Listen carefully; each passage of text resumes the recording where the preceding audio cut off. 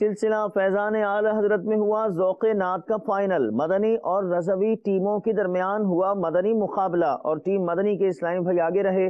سلسلے کی مختصر جھلکیاں ملاحظہ کیجیے۔ فیضان اعلی حضرت شروع ہو چکا ہے اور امام اہل سنت کے مبارک تذکرے شروع ہونے والے ہیں۔ اعلی حضرت رحمۃ اللہ تعالی علیہ کے مکتوبات کو جب دیکھتے ہیں تو ایک بڑی ہی کامن چیز نظر آتی ہے اور ہمارے لیے بھی اس میں سیکھنے کے مدنی پھول ہیں کہ آپ کا ایک خاص انداز ہے مکتوب کو تحریر کرنے کا، اور وہ یہ انداز ہے کہ سب سے پہلے امام اہل سنت اعلی حضرت رحمۃ اللہ تعالی علیہ لکھتے ہیں بسم اللہ الرحمن الرحیم، اور اس کے بعد نحمدہ ونصلی علی رسولہ الکریم۔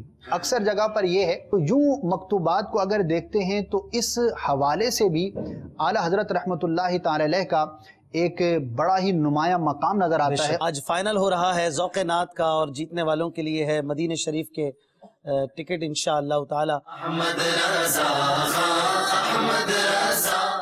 سب سے پہلے ہمارے دائیں طرف سے کامران بھائی نمبرز چنیں گے۔ 5 نمبر مولانا جمیل الرحمن قادری کے متعلق جوابات دینے آپ نے۔ بتائیے مولانا جمیل الرحمن قادری رحمت اللہ تعالی علیہ کے سلام، اے شہنشاہ مدینہ الصلاۃ والسلام، اس کلام میں آپ نے کتنے اشعار لکھے ہیں؟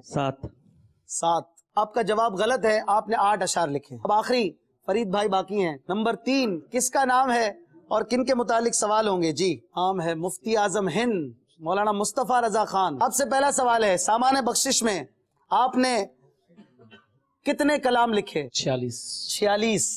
آپ نے کہا 46، آپ کا جواب بالکل درست ہے۔ 22 نمبر ہے ٹیم رضوی کے۔ اب 2 ہی شعر باقی ہیں، دونوں اشعار آپ نے بتانے ہیں۔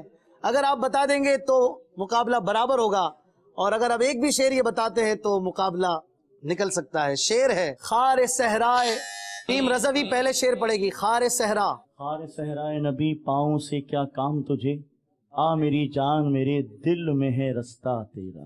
آپ نے کہا خار صحرائے نبی پاؤں سے کیا کام تجھے، آ میری جان میرے دل میں ہے رستہ تیرا۔ آپ کا جواب بالکل غلط ہے۔ اس طرح مدنی مقابلہ اپنے اختتام کو پہنچا، مکمل ہوا۔ آپ نے دیکھا ذوق نعت 12واں راؤنڈ آج آپ نے دیکھا، اور ہماری ٹیم رضوی اور مدنی کے درمیان مقابلہ ہوا۔ ٹیم مدنی 24 نمبر لے کر آگے بڑھ گئی، ٹیم رضوی 20 نمبر لے کر پیچھے رہ گئی۔